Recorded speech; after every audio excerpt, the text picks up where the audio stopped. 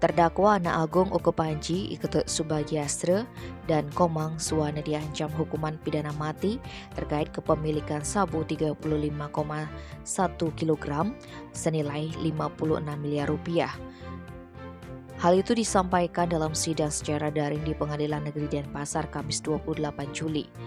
JPU I Bagus PG Agung dan Imade Agus Sasrawan dalam dakwaannya menyebutkan narkoba tersebut diketahui milik WNA asal Australia yang dipanggil Mr. Apple. Awalnya narkoba dibawa ke Villa Jepun milik terdakwa di Jalan Dewi Saraswati, Kuta Utara, Badung awal Januari 2022. Di villa tersebut terdakwa Subagiyastra bekerja sebagai tukang bersih-bersih.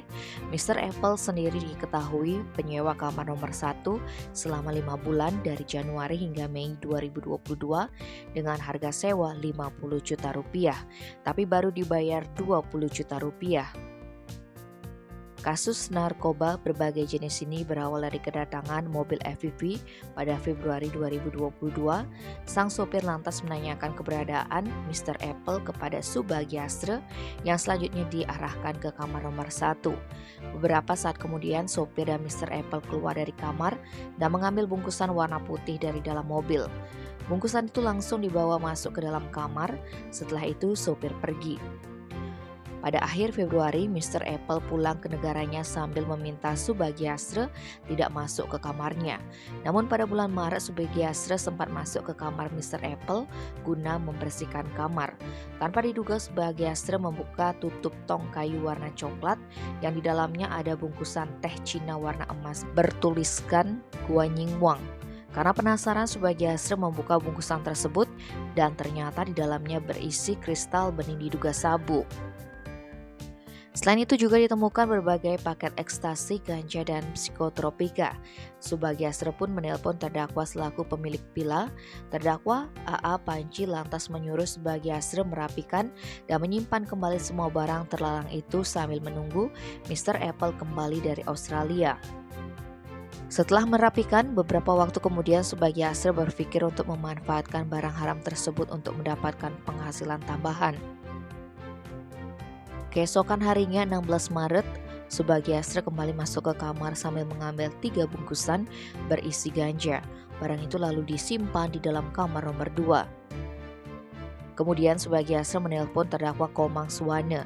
Subagiyastra mengatakan kepada Suwana bahwa ada kerjaan dan saat itu Suwana menyanggupinya. Mereka kembali ke dalam villa dan mulai mengemas ekstasi ke dalam cangkang kapsul untuk dijual. Mereka menjual ekstasi ke tempat hiburan malam di daerah Canggu, Peti Tengah, dan Seminyak. Satu paket dijual Rp400.000. Transaksi dilakukan secara tunai. Setiap akhir pekan, Subagiyastra dan Suwana menjual kapsul ekstasi sebanyak 50 biji. Uang hasil penjualan kapsul tersebut dibagi berdua secara rata. Dari penjualan narkotika ini, Subagiyastra bersama Suwana berhasil meraup 30 juta rupiah. Uang tersebut dibagi rata berdua, masing-masing mendapat 15 juta rupiah. Uang tersebut telah habis dipergunakan untuk keperluan pribadinya. Selanjutnya ada permintaan dari pembeli di tempat hiburan malam yang meminta dicarikan kokain atau serbuk MDMA. Subagiyastra pun menyanggupinya dengan cara mengambil dari kamar Apple.